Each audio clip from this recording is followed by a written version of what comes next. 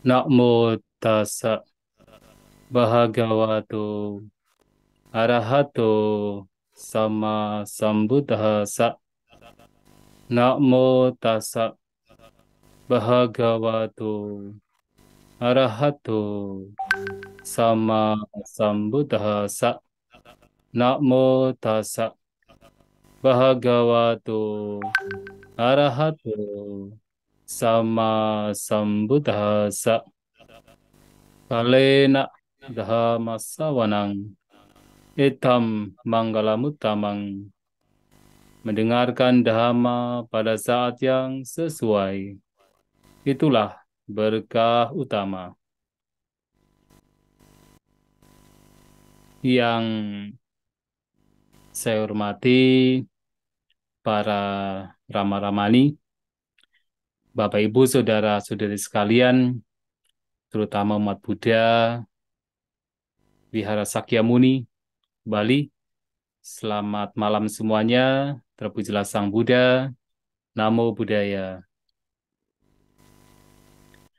Ya, sesuai dengan jadwal yang telah diberikan, malam ini kita akan membahas satu khutbah yang diberikan oleh Sang Buddha yang terdapat di dalam Majjhima Nikaya, terutama adalah khutbah ke-56 bagian KH Patiwaga atau kelompok berumah tangga atau kepala rumah tangga, yang mana ini satu khutbah yang sangat penting untuk kita ketahui, terutama adalah untuk menumbuhkan keyakinan kita terhadap ajaran Buddha, dan tentu supaya kita paham apa yang disampaikan oleh Sang Buddha dalam khutbah ini.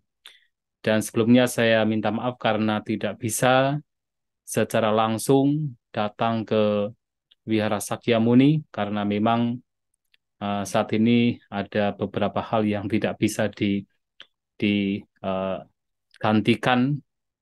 nah sehingga tidak bisa datang langsung ke Bali. Kan tetapi dengan Zoom mudah-mudahan diskusi malam hari ini, penyampaian pemaparan suta pada malam hari ini juga bisa kita lakukan dengan lancar.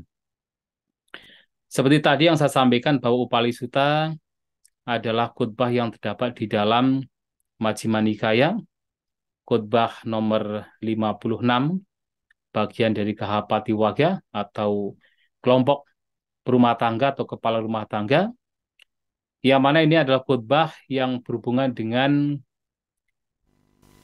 dialog atau percakapan antara Sang Buddha dengan seorang berumah tangga bernama Upali. Yang mana sebenarnya Upali ini adalah awalnya merupakan murid dari seorang guru agama pada zaman Sang Buddha, terkenal sekali yang dikenal sebagai Niganta Nyatabuta. Adalah guru agama yang mengajarkan atau memiliki penganut yang sering disebut sebagai Jaina. Jadi guru agama Jaina. Pada zaman Sang Buddha yang menjadi guru adalah Niganta Nyatabuta. Dan Upali ini adalah salah seorang umat awam atau berumah tangga yang menjadi penyokong berat atau penyokong besar bagi yaitu kelompok Niganta Nyatabuta atau kaum Jaina.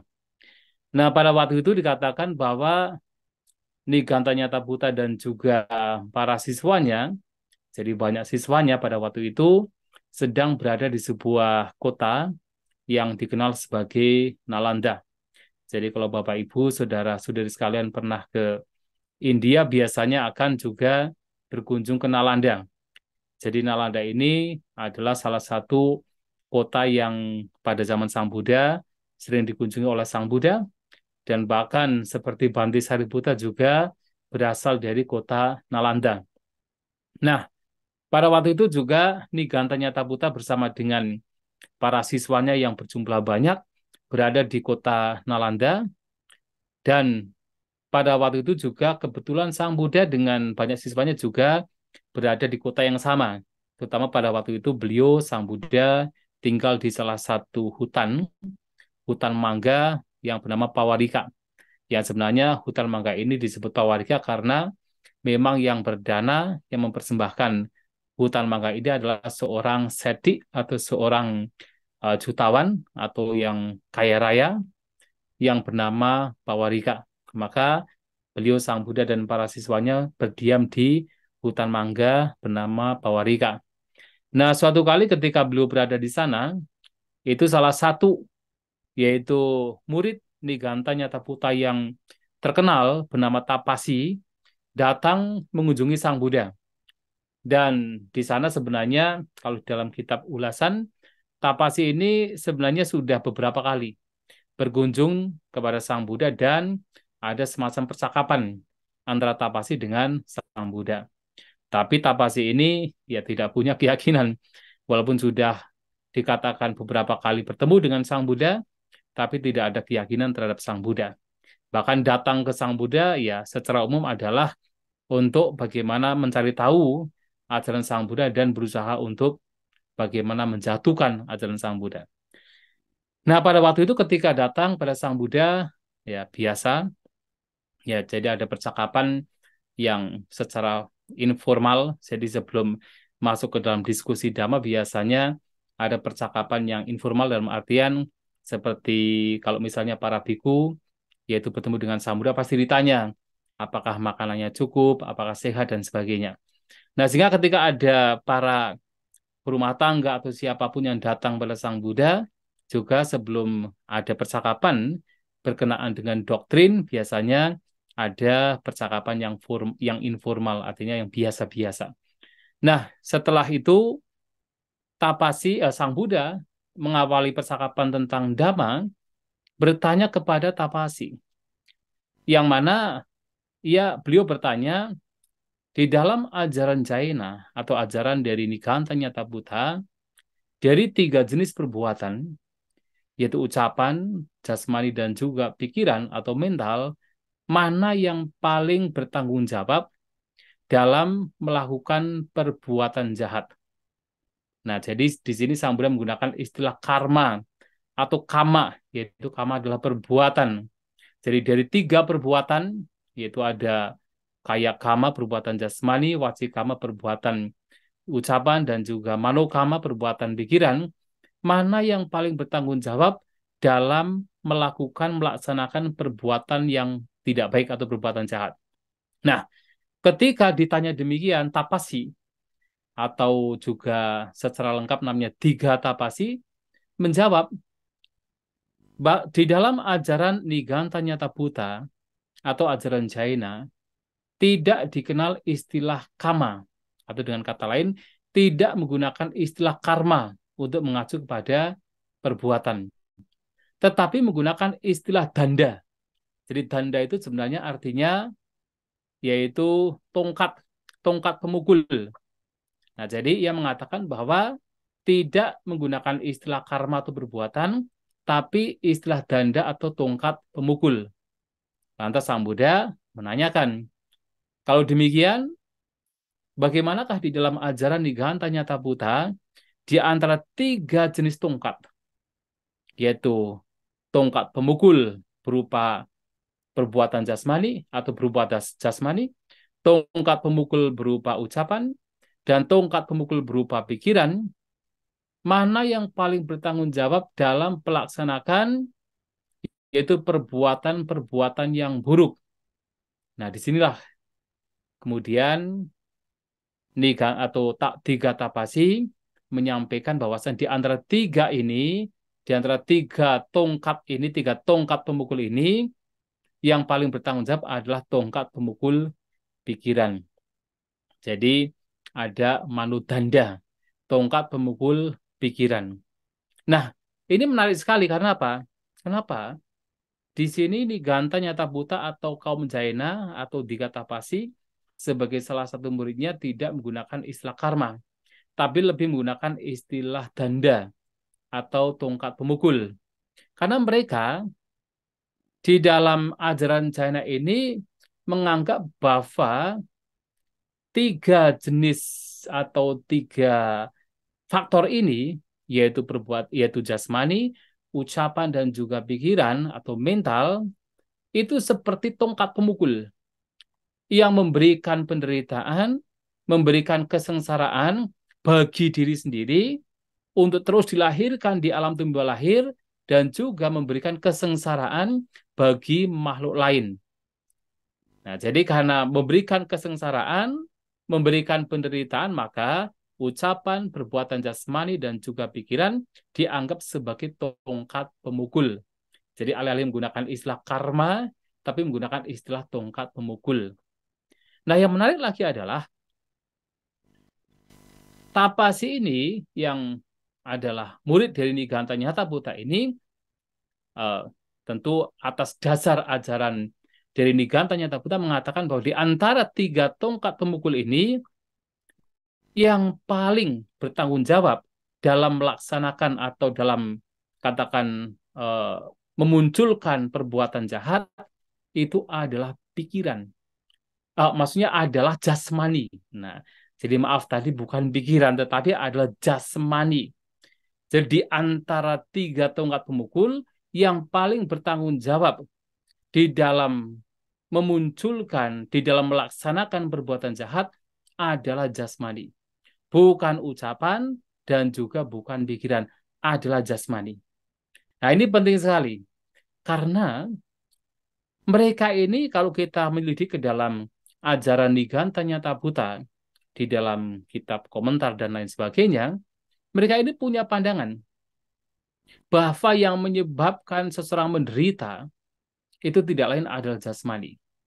Bahwa yang kemudian melakukan berbagai macam kejahatan itu adalah jasmani. Mengapa? Karena kalau kita melihat orang melakukan pencurian, yang terlihat dengan jelas adalah jasmaninya, sedang mengambil apa yang tidak diberikan.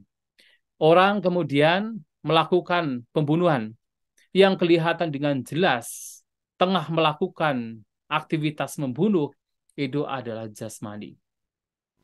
Bukan ucapan, bukan yaitu pikiran, adalah jasmani. Orang mungkin melakukan perzinahan, yang terlihat dengan jelas adalah jasmani. Jadi yang terlihat dengan jelas, yang kasar itu adalah jasmani.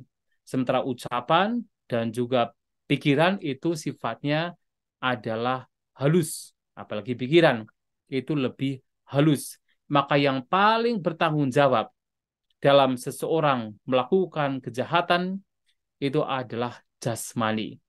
Maka Niganta Nyata Buddha dengan disampaikan oleh tiga tapasi ini menganggap bahwa di antara tiga tongkat pemukul yang memberikan sebab bagaimana kejahatan itu dilakukan itu adalah jasmani.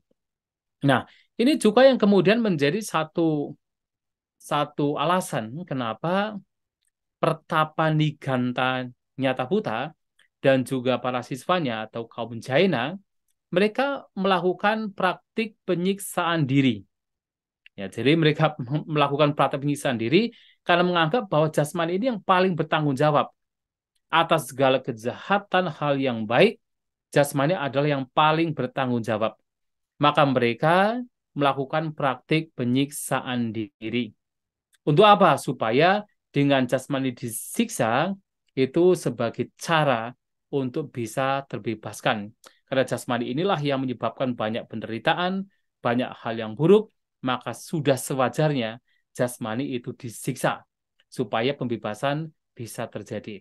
Dan ini juga dipraktikkan oleh bodhisattva. Jadi ketika bodhisattva itu memutuskan untuk mempraktikkan penyiksaan diri ya karena beliau pada waktu itu mendengar dari banyak pertapa bahwa satu-satunya cara untuk bisa terbebaskan, untuk menjadi solusi agar terbebas dari duka adalah menyiksa diri. Maka itu juga dilakukan. Walaupun kemudian beliau Bodhisattva juga sadar dengan kesalahannya dan akhirnya meninggalkan praktik penyiksaan diri dan berjuang sendiri, akhirnya mencapai pencerahan di bawah pohon Bodhi. Nah, tetapi praktek penyiksaan diri ini adalah menjadi satu cara yang dipraktikkan oleh banyak pertapa, termasuk kaum Niganta, karena anggapannya jasmani adalah yang paling responsibel, yang paling bertanggung jawab dalam memunculkan, dalam pelaksanaan berbagai macam kejahatan. Nah, sementara ucapan dan pikiran itu tidak signifikan. Nah, kemudian Sang Buddha menyampaikan, nah tetapi sebelum Sang Buddha menyampaikan apa yang ingin beliau sampaikan berkenaan dengan ajaran beliau, Sang Buddha menegaskan kembali kepada Dikatapasi, apakah sekali lagi apakah benar Anda mengatakan bahwa tongkat pemukul jasmani ini yang paling bertanggung jawab dalam pelaksanaan pemunculan berbagai macam kejahatan. Dikatapasi mengatakan benar bahwa jasmani adalah yang paling bertanggung jawab. Kemudian dikonfirmasi lagi sampai ketiga kalinya, yang mana Dikatapasi juga mengatakan benar. Nah, ini untuk apa? Kalau nanti terjadi sebuah perdebatan, itu artinya tidak ada kesalahan. Karena sudah tiga kali, Dikatapasi mengatakan hal yang sama. Nah, kemudian Sang Buddha menyampaikan bahwa di ajaran beliau itu tidak menggunakan istilah tongkat pemukul, tapi menggunakan istilah karma atau perbuatan. Yang mana ada tiga jenis perbuatan. Ucapan, perbuatan jasmani, dan juga perbuatan pikiran. Jadi tadi adalah wacikama, kayakama, dan manukama. Nah, di antara tiga jenis perbuatan ini, kalau tadi Niganta atau Tiga Tapasi, murid Niganta mengatakan yang paling bertanggung jawab adalah jasmani, tapi Sang Buddha menyampaikan di antara tiga jenis perbuatan, yang paling bertanggung jawab dalam pelaksanaan di dalam yaitu menciptakan berbagai macam kejahatan itu adalah pikiran atau manokama, yaitu perbuatan pikiran. Nah, mendengar demikian kemudian Tiga Tapasi mengkonfirmasi lagi apakah Awuso, jadi karena Tiga Tapasi ini bukan murid Sang Buddha, maka ketika menyapa Sang Buddha bukan dengan istilah Bante, tapi bukan istilah Awuso, yaitu sahabat. Apa sahabat Gotama tadi menyampaikan benar bahwasanya yang paling bertanggung jawab adalah manukama, yaitu perbuatan pikiran di dalam pelaksanaan perbuatan yang buruk. Sang Buddha mengatakan, oh iya, di dalam ajaran beliau yang paling bertanggung jawab dalam perbuatan-perbuatan yang buruk adalah pikiran. Dikonfirmasi sampai tiga kali, Sang Buddha menjawab hal yang sama. Nah, ini juga penting. Tentu Sang Buddha, ajaran Sang Buddha kita semua tahu bahwasanya perbuatan pikiran itu memang yang paling bertanggung jawab. Maka ketika berbicara tentang karma, yaitu perbuatan, nah, Sang Buddha juga menyampaikan, yaitu bahwasanya cetana atau niat atau kehendak itu adalah bagian dari pikiran, adalah yang disebut sebagai karma. Cetanahang bikawe kamang wadami. Jadi saya katakan bahwa karma adalah yaitu niat. Jadi niat adalah karma atau perbuatan itu sendiri. Karena biasanya setelah seseorang punya niat, maka dia akan melakukan perbuatan ucapan, perbuatan jasmani, dan juga perbuatan pikiran. Kemudian juga di dalam yaitu syair 1-2 di Dhammapada, kita juga sering mendengar satu syair yang mana Sang Buddha di sana menyampaikan Manu Pubangkama Dhamma, Manu Seta, Manu Maya. Jadi bahwasanya pikiran adalah yaitu pelopor, pikiran adalah pemimpin, pikiran adalah pembuat dari segala sesuatu atau bentuk-bentuk pikiran lainnya atau dhamma. Dan setelah orang berpikir dengan pikiran yang buruk, maka ucapan dan perbuatan juga mengikuti. Demikian pula adalah yaitu penderitaan juga akan mengikuti siapapun yang melakukan ucapan, perbuatan dengan landasan pikiran yang terkotori atau pikiran yang buruk. Jadi manasa padudena. Nah, demikian pula ketika pikiran seseorang ini baik, pikiran seseorang ini bersih, dan seseorang berucap dan berbuat atas dasar pikiran yang bersih, maka kebahagiaan juga akan mengikuti. Maka Sang Buddha dalam ajaran Buddha jelas sekali bahwasanya pikiran adalah yang menjadi pelopor. Pikiran adalah yang paling bertanggung jawab atas semua hal, termasuk adalah semua hal yang buruk itu muncul dari pikiran. Jadi yang paling bertanggung jawab adalah pikiran. Nah, mendengar begitu Dikatapasi mengkonfirmasi sampai yaitu tiga kali bahwa apakah benar Sang Buddha mengatakan demikian, Sang Buddha mengatakan oh iya betul. Nah itu yang nanti memang Dikatapasi ingin katakan memberitahukan kepada Niganta Nyatabuta.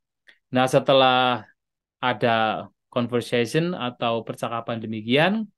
Tiga Tapasi meninggalkan Sang Buddha, kemudian pergi ke yaitu tempat di mana Niganta Nyataputa dan bersama para siswanya itu berada. Nah, pada waktu itu ada seorang rumah tangga bersama dengan para pengikutnya yang sedang bersama-sama dengan Niganta Nyataputa. Nah, ia bernama rumah tangga Upali. Dia adalah rumah tangga yang memang dikatakan salah satu penyokong besar Niganta Nyataputa.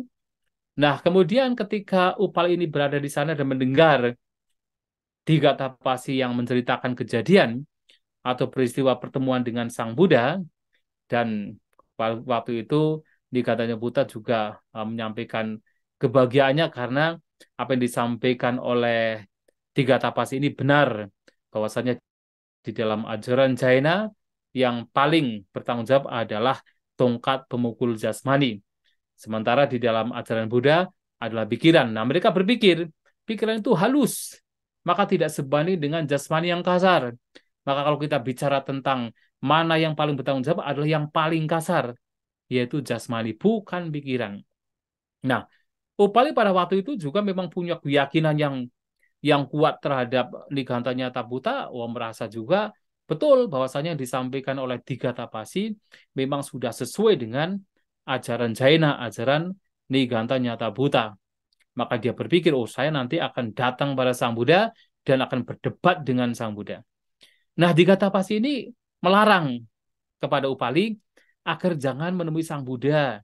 Karena apa? Sang Buddha ini punya punya yaitu magis, punya kesaktian, punya sihir. Bahwa Sang Buddha itu seperti penyihir yang bisa menyihir seseorang untuk terkonversi, untuk masuk ke dalam yaitu ajaran beliau.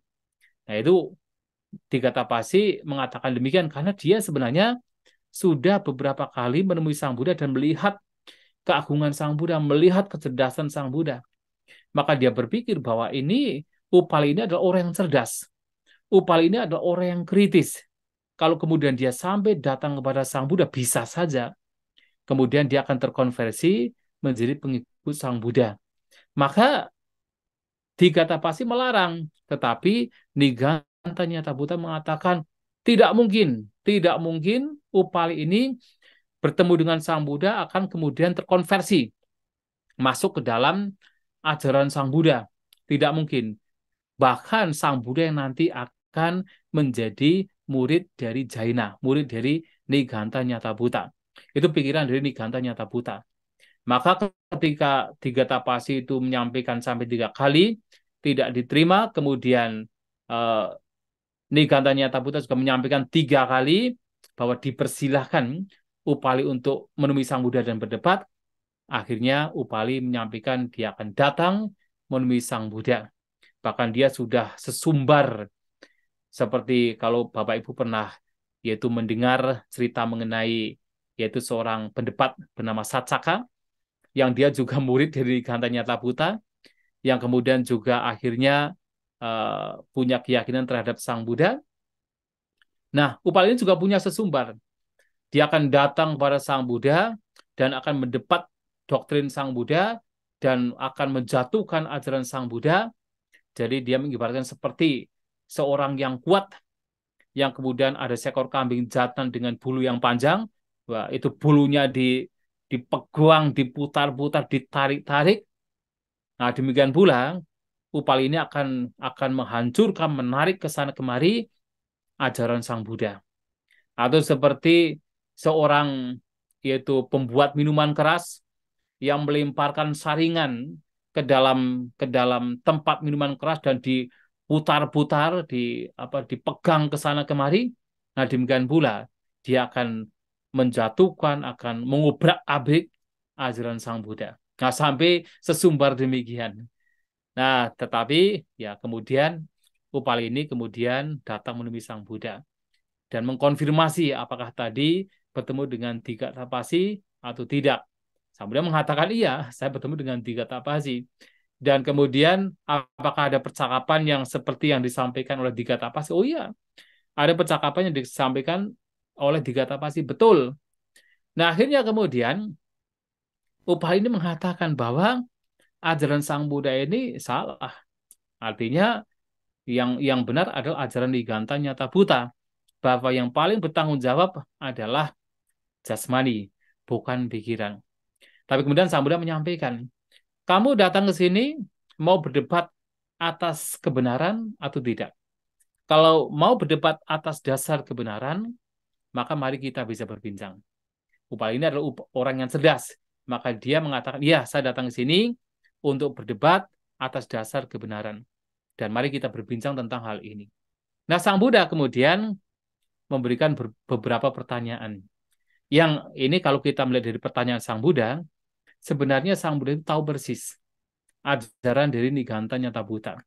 Karena apa yang ditanyakan oleh Sang Buddha itu berkenaan dengan ajaran dari Niganta Nyata Buta.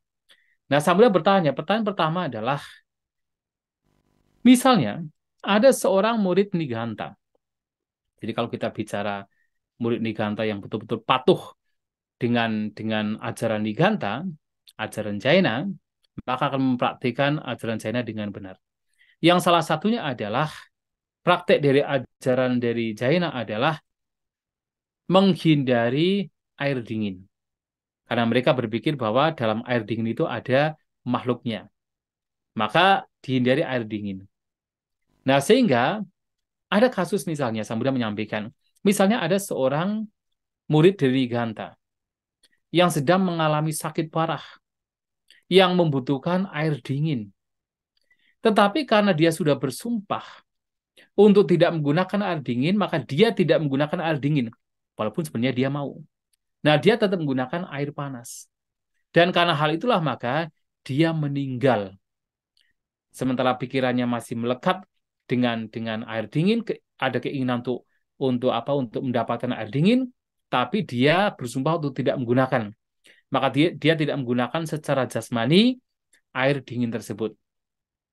Kalau dia meninggal, Sang Buddha bertanya, di manakah dia akan dilahirkan?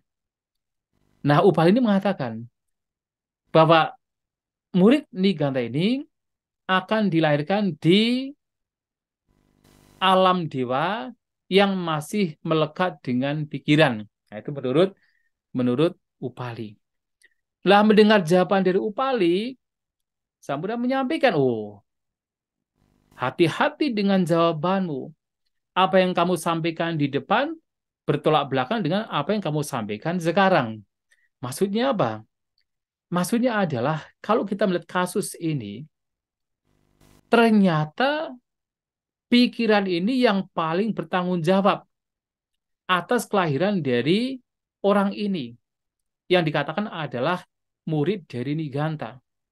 Kalau memang jasmani adalah yang paling bertanggung jawab, maka apa yang dia lakukan berkenaan dengan menghindari air dingin melalui jasmani, itu yang akan menjadi penyebab di mana dia dilahirkan. Tapi kenyataannya adalah yang menjadi penyebabnya adalah pikirannya. Karena pikirannya itu masih menginginkan melekat dengan air dingin, maka dia terlahir di alam dewa. Ya masih ada kelekatan berkenaan dengan pikiran. Maka di sini pikiran menjadi penyebab utama. Nah, dari sini artinya apa yang disampaikan oleh Upali atau oleh ajaran Niganta Nyata Buta ini bertolak belakang. Ternyata pikiran menjadi penyebab utama, alih-alih adalah jasmani. Ini yang pertama. Kemudian yang kedua, Sang Buddha juga bertanya, tapi kemudian walaupun sudah mengatakan demikian, Upali mengatakan, iya walaupun demikian, tetap saya mengatakan bahwasanya yang paling bertanggung jawab adalah jasmani, bukan pikiran. Nah, itulah kemudian Sang Buddha menanyakan pertanyaan yang kedua. Nah, dalam pertanyaan yang kedua, beliau bertanya, seorang Niganta atau seorang katakan Jaina akan memperhatikan 4 jenis pengendalian diri. Jadi sangwara sanghuta dalam bahasa Bali. Artinya akan memperhatikan 4 jenis pengendalian diri.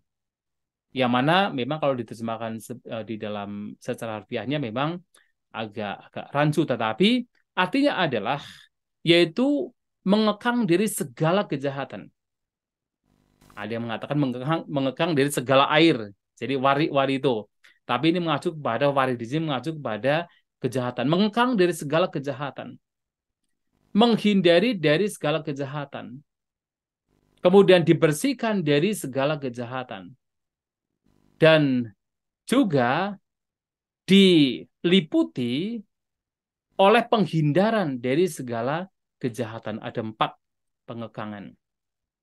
Tetapi kemudian suatu saat ketika dia pergi ke sana kemari secara tidak sengaja dia menginjak makhluk kecil dan kemudian makhluk itu meninggal mati. Lantas ketika itu terjadi, apakah dia melakukan kejahatan? Si Upali ini mengatakan karena dia tidak sengaja maka itu tidak signifikan. Artinya perbuatan dia itu tidak signifikan. Tetapi bagaimana?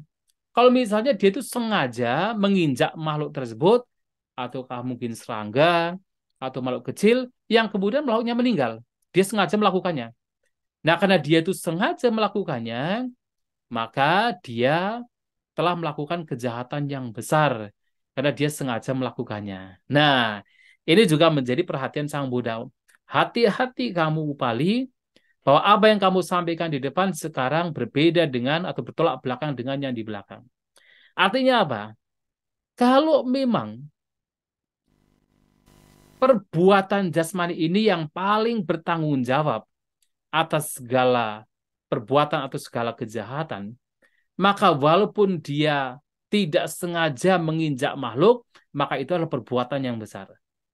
Kenapa? Itu adalah jasmani yang melakukan. Maka harus merupakan perbuatan yang besar. Tetapi di sini ternyata dikatakan bukan kejahatan yang besar, bahkan tidak signifikan karena tidak ada intention, tidak ada kehendak, tidak ada niat. Tapi ternyata ketika ditanya kalau ada niat bagaimana? Ternyata itu perbuatan buruk yang besar atau signifikan. Artinya ternyata pikiran ini menjadi sangat bertanggung jawab atas perbuatan buruk yang dilakukan, bukan jasmani.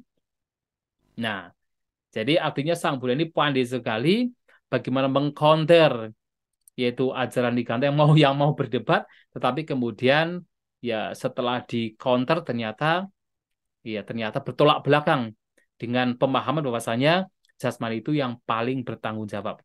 Nah, tetapi kemudian Upali ini mengatakan walaupun Sang Buddha mengatakan demikian, tetap saya berpegang pada pandangan bahwa jasmani ini yang paling bertanggung jawab.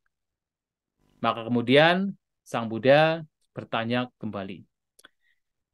Di Nalanda ini tempatnya makmur dan banyak sekali manusia. Misalnya ada satu orang yang dengan pedang terhunus, dia mengatakan dengan satu babatan atau satu ayunan, maka semua orang yang ada di Nalanda itu akan dijadikan sebagai tumpukan daging, akan dijadikan sebagai gunung daging. Memungkinkan tidak? Kemudian Upali mengatakan, ya jelas tidak mungkin. Jangankan satu orang, mau 10 orang, 20 orang, 50 orang, tidak mungkin. Dengan satu ayunan pedang, kemudian seluruh orang di Nalanda, itu menjadi satu tumpukan daging terbunuh semua. Tidak mungkin. Tapi kemudian, memungkinkan tidak? Sang Buddha balik bertanya. Ada seseorang yang punya kemampuan pikiran, punya kesaktian. Nah, dengan kekuatan pikirannya, dengan resolution atau dengan niat yang atas dasar kebencian, tapi dia punya kesaktian, bisa membunuh dalam satu kejap orang-orang yang berada di Nalanda. Kemudian Upali mengatakan, jangankan si satu Nalanda, 10 Nalanda, 20 Nalanda, 30 Nalanda, 50 Nalanda, orang yang sakti demikian dengan kekuatan pikirannya bisa menghancurkan seluruh orang dengan satu pikiran. Nah, itu juga menjadi perhatian Sang Buddha bahwa Upali telah bertolak belakang dengan pernyataannya bahwasanya jasmani ini yang paling bertanggung jawab. Ternyata di sini pikiran yang paling bertanggung jawab. Tapi walaupun demikian, tetap Upali mengatakan, walaupun Sang Buddha mengatakan demikian, tetap saya berpegang pada pandangan bahwa yang paling bertanggung jawab adalah jasmani, bukan pikiran. Nah, Sang Buddha kemudian menyampaikan lagi, apakah kamu pernah mendengar, yaitu hutan-hutan yang bernama, yaitu ada hutan namanya Matangga dan lain sebagainya, itu adalah hutan yang lampau, yang sekarang ya pada zaman Sang Buddha, tetapi kemudian hutan-hutan itu terbentuk. Nah, kalau kita mengacu pada ceritanya, hutan-hutan itu terbentuk atas dasar kebencian dari beberapa pertapa. Karena punya kesaktian, maka ada hutan-hutan yang terbentuk dari sebuah kota yang besar. Nah, apakah Anda pernah mendengar demikian? Upali mengatakan, pernah mendengar. Dan bagaimana hutan-hutan itu terbentuk? Itu melalui pikiran. Pikiran seorang pertapa yang atas dasar kebencian. Jadi walaupun seorang pertapa punya kesadaran juga masih punya kebencian kadang-kadang. Kecuali Sang Buddha, para arahanta. Nah, ternyata bisa terbentuk. Artinya, dengan kekuatan pikiran, itu bisa memunculkan yaitu sesuatu yang luar biasa. Bukan dengan jasmani atau dengan ucapan. Maka, Sang Buddha mengatakan yang paling responsibel, yang paling bertanggung jawab atas semua kejahatan yang ada itu adalah pikiran. Nah, kemudian Upali menyampaikan bahwasanya sesungguhnya sejak pertama Sang Buddha menjawab atas pertanyaan dia sudah menaruh keyakinan. Dia sudah tahu bahwasanya oh ternyata apa yang disampaikan oleh Niganta Nyatabuta ini salah dan dia sudah menaruh keyakinan terhadap Sang Buddha. Hanya saja karena ingin mendengar lebih lanjut apa yang akan disampaikan oleh Sang Buddha, maka Upali mengatakan bahwasanya ya tidak tetap berpegang pada pandangan bahwa jasmani adalah yang paling bertanggung jawab. Padahal dari awal dia sudah menaruh keyakinan kepada Sang Buddha. Nah, karena itulah kemudian Upali uh, meminta atau memohon kepada Sang Buddha untuk menjadi siswanya, menjadi upasaka yang berlindung pada Buddha, Dhamma, dan Sangha. Tapi Sang Buddha mengatakan, jadi ini juga menjadi satu hal yang penting untuk kita. Jadi bukan kemudian, oh kalau ada orang pindah agama dari agama lain ke agama Buddha, kita kemudian dengan serta-merta bergembira, tidak. Bahkan Sang Buddha menyampaikan kepada Upali, berpikir dulu, karena kamu itu adalah orang yang terkenal. Kamu adalah murid Niganta. Kamu orang terkenal. Di masyarakat kamu dipandang orang yang punya katakan pengaruh. Maka pikir terlebih dahulu. Jangan gegabah. Nah, ketika Sang Buddha mengatakan demikian, malahan Upali bertambah bahagia, bertambah gembira. Karena dia berpikir, oh kalau misalnya saya kok pindah ke agama lain, orang seperti saya, seperti Upali yang memang terkenal, uh, terpandang di masyarakat, itu pindah ke agama lain, itu biasanya akan apa? Akan ditandu, kemudian keliling kota, kemudian apa katakan woro-woro melakukan pengumuman bahwa Upali ini sudah menjadi pengikut si A misalnya begitu. Tapi Sang Buddha mengatakan, dipikir dulu, kamu adalah orang yang terpandang, orang yang berpengaruh, jangan gegabah. Nah, karena mendengar begitu, malah dia semakin bergembira. Maka dia menyampaikan kepada Sang Buddha, untuk yang pertama, yang kedua kalinya, saya berlindung kepada Buddha. Untuk yang kedua kalinya, saya berlindung kepada Dhamma.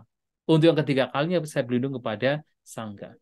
Tapi walaupun demikian, Sang Buddha mengatakan, tetapi walaupun demikian, kamu harus tetap menyokong guru kamu yang dahulu, yaitu Niganta Nyatabuta dan para siswanya. Nah, malah kan dengan mendengarkan demikian, Upali ini semakin bahagia. Maka dia melakukan pelindungan untuk yang ketiga kalinya. Untuk yang ketiga kalinya saya berlindung kepada Buddha, Dhamma, dan Sangha. Akhirnya melihat Upali ini sudah mantap di dalam katakan punya keyakinan terhadap Sang Buddha, akhirnya Sang Buddha memberikan khutbah yang sering disebut sebagai Anupubikata, yaitu khotbah yang bertahap. Yang ini juga diberikan Sang Buddha kepada yaitu perumah tangga Yasa, kemudian Pokarasati, Brahmana Pokarasati, kemudian Brahmana Brahmayu dan banyak sekali. Ya biasanya kalau kepada perumah tangga Sang Buddha memberikan khotbah yang bertahap, ya kepada yang lainnya juga sama bertahap. Tetapi bertahapnya di sini harus dimulai dari berdana. Jadi Sang Buddha memberikan khotbah tentang berdana. Tentu kalau kita bicara berdana akan panjang kali lebar ya. Jadi pertama adalah berdana. Ya dalam khotbah ini tidak dijelaskan apa saja yang diberikan Sang Buddha berkenaan dengan berdana, tetapi tentu yaitu apapun yang berkenaan dengan berdana. Kemudian memberikan khotbah tentang pentingnya sila, praktik sila. Tentu ya salah satunya tentu kepada perumah tangga, Sang Buddha pastinya akan memberikan pentingnya memperhatikan 5 aturan kemoralan. Bahkan di dalam hari Uposatha atau hari-hari yang dianggap sakral itu harus memperhatikan yaitu 8 sila. Kemudian juga praktek sila, kemudian juga memberikan penjelasan tentang surga, yang artinya dengan mempraktikkan berdana, praktek sila, seseorang bisa terlahir di alam surga. Berbagai macam katakan alam surga tentunya Sang Buddha memberitahukan bahwa ada surga yaitu Catu Marajika, Tawatingsa, surga Yama, Tusita, dan lain sebagainya, yang mana itu bisa diperoleh dengan cara suka berdana dan suka mempraktikkan aturan kemoralan. Nah, tetapi kemudian biasanya kalau orang mendengarkan berbagai macam penjelasan tentang surga, orang demikian akan begitu bahagia, begitu senang. Oh, ternyata kalau saya mempraktikkan berdana, praktek sila, itu nanti telah di dalam surga dengan berbagai macam kebahagiaan yang tidak bisa dikomparasi, tidak bisa dibandingkan dengan kebahagiaan di alam manusia. Nah, tetapi kemudian Sang Buddha menyampaikan ada bahaya di dalam kesenangan indrawi. Termasuk adalah ada bahaya di dalam kesenangan kebahagiaan ketika terlahir di alam surga. Bahayanya apa? Tidak lain adalah bahkan di alam surga pun juga sifatnya tidak kekal. Sifatnya berubah. Sifatnya tidak bisa dipertahankan. Dan ketika itu berubah, maka penderitaan pun juga bisa muncul. Ada bahaya dari berbagai macam kebahagiaan yang sifatnya duniawi. Nah, biasanya kalau orang itu sudah punya keyakinan terhadap yaitu ajaran Sang Buddha demikian, begitu mendengarkan ada bahaya, ia pun menjadi shock. Kenapa? Ini sering disampaikan oleh Sang Buddha. Bahwasanya beliau itu diibaratkan seperti singa. Ketika singa ini mengaum, maka semua binatang akan berlarian. Termasuk gajah pun juga akan lari dengan auman singa. Hanya ketika Sang Buddha menyampaikan ajaran beliau, menunjukkan ketidakkekalan, banyak makhluk yang kemudian memunculkan ketakutan, termasuk para dewa. Karena para dewa ini juga biasanya melekat sekali dengan kebahagiaan mereka. Takut sekali ketika dikatakan kebahagiaan yang mereka peroleh adalah tidak kekal. Tapi ketika Sang Buddha menyampaikan demikian, maka mereka sadar bahwa memang surga pun juga tidak kekal. Nah, tetapi kemudian Sang Buddha juga menyampaikan bahwa ada manfaat dari meninggalkan kesenangan indrawi. Disebut sebagai nekamani sangsa. Jadi manfaat meninggalkan kesenangan indrawi.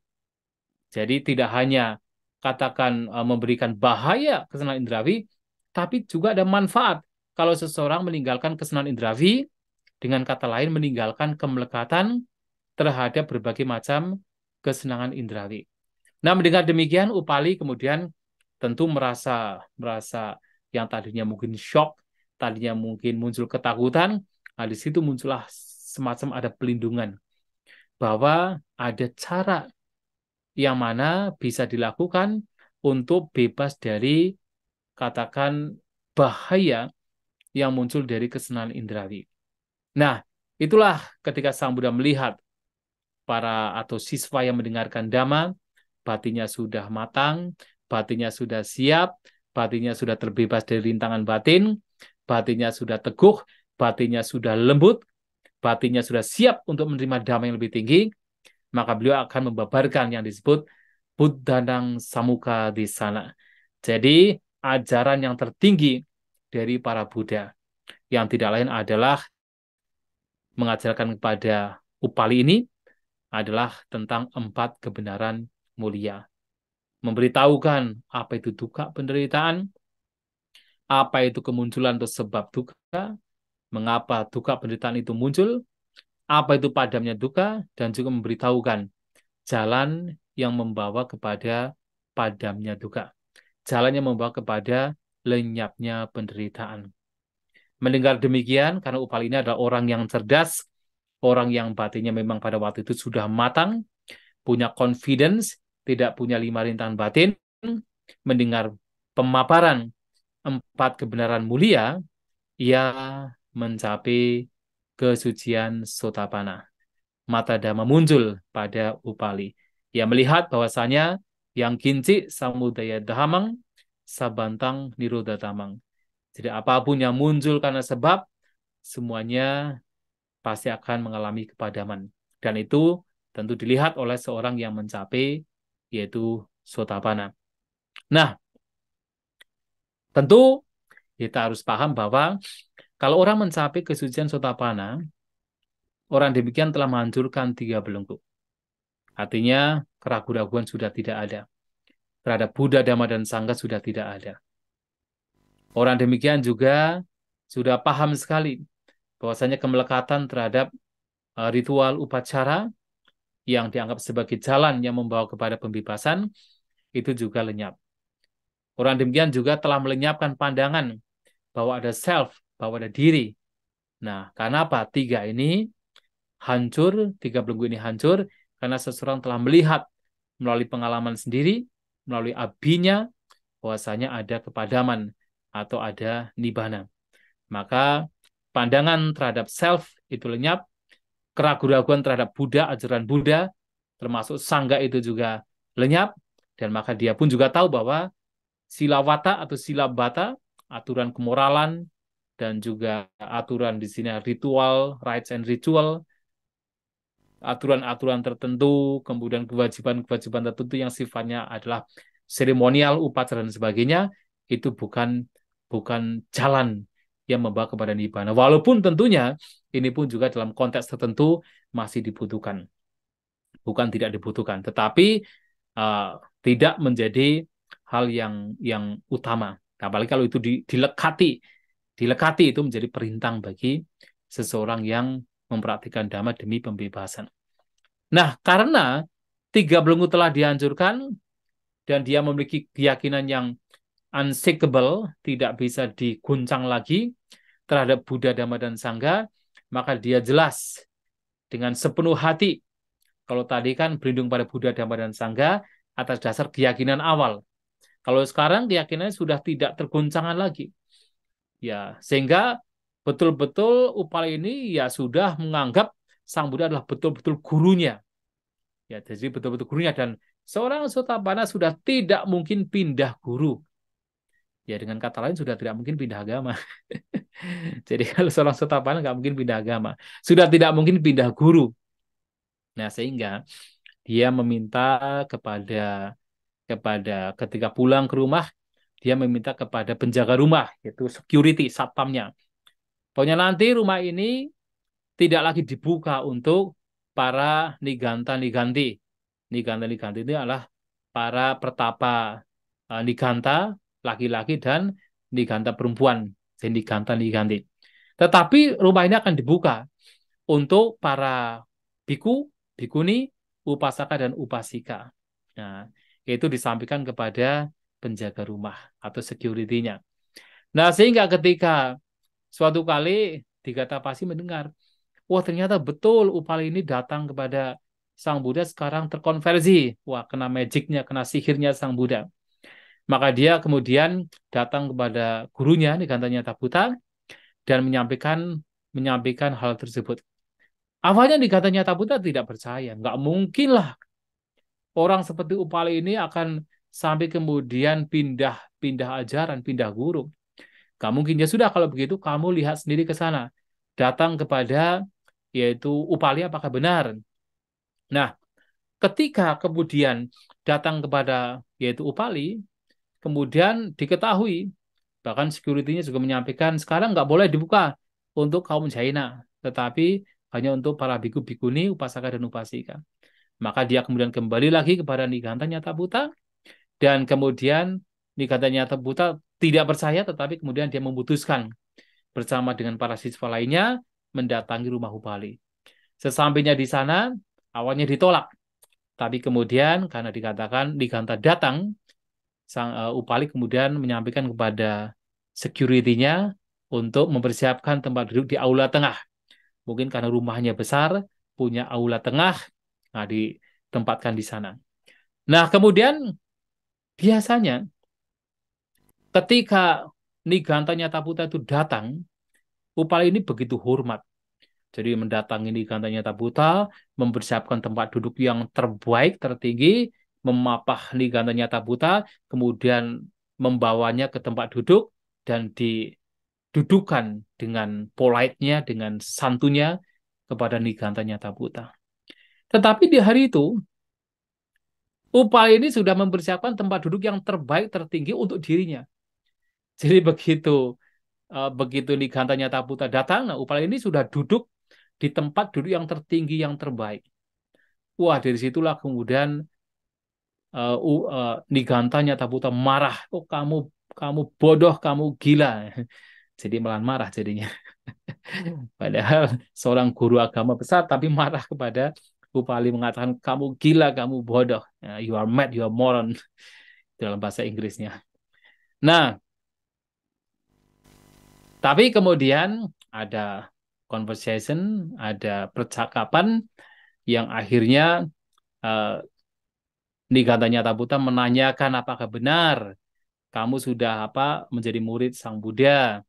Oh benar, saya sudah menjadi murid Sang Buddha. Oh kamu ini apa kena sihirnya Sang Buddha, sihir pengalian agama, pengalian kepercayaan.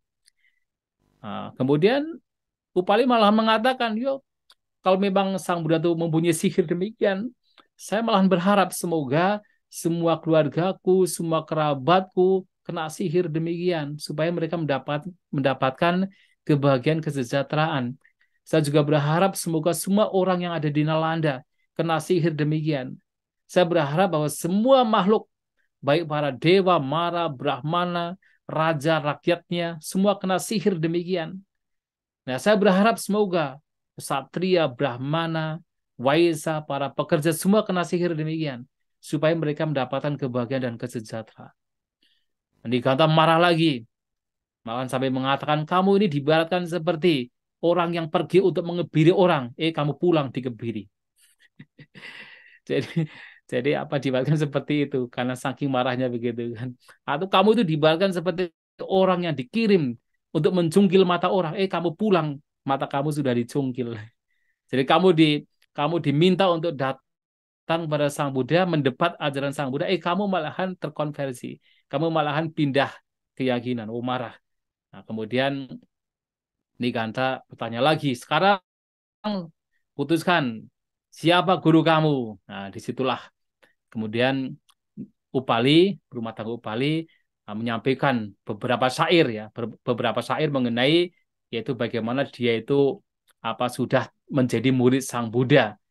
Nah, maka dia mengatakan ada beberapa syair ya, saya baca salah satu syairnya ya supaya ya.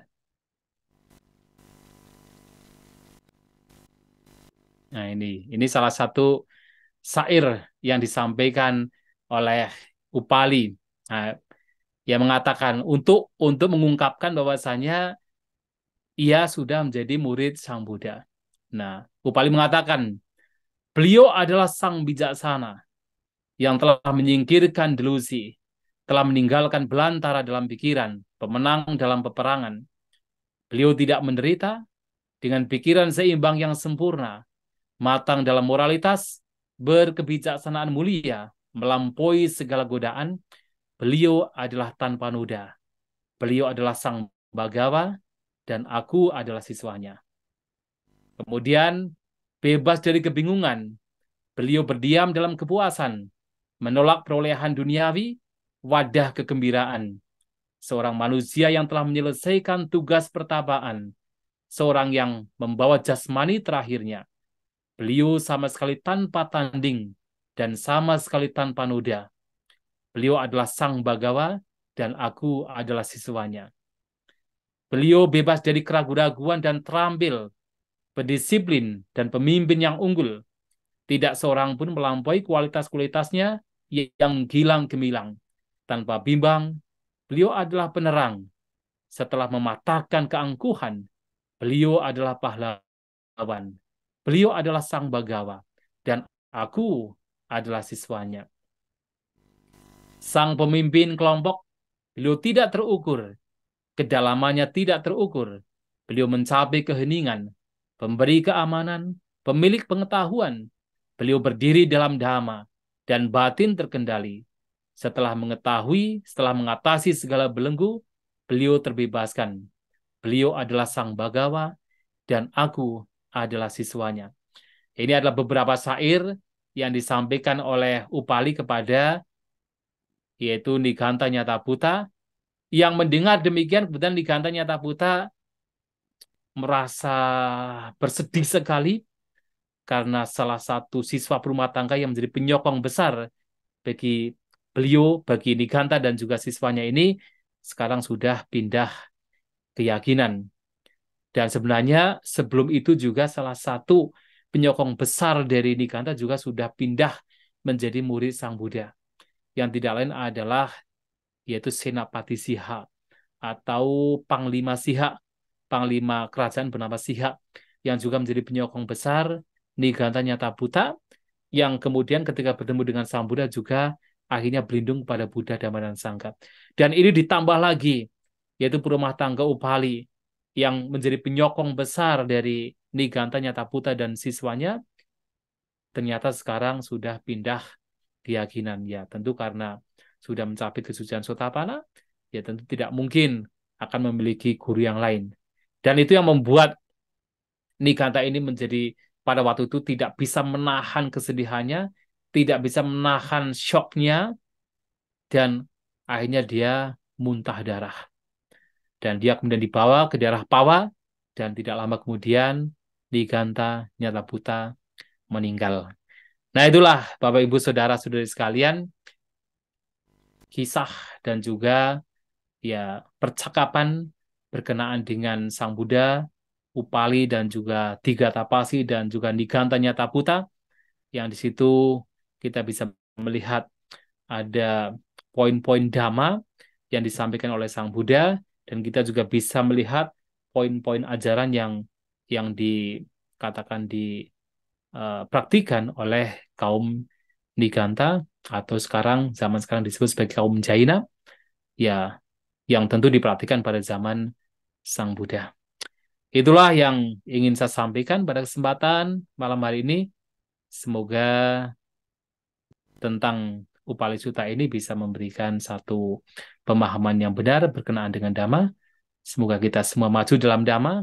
Sabisata Bhavantu Sukhitata. Semoga semua makhluk berbahagia.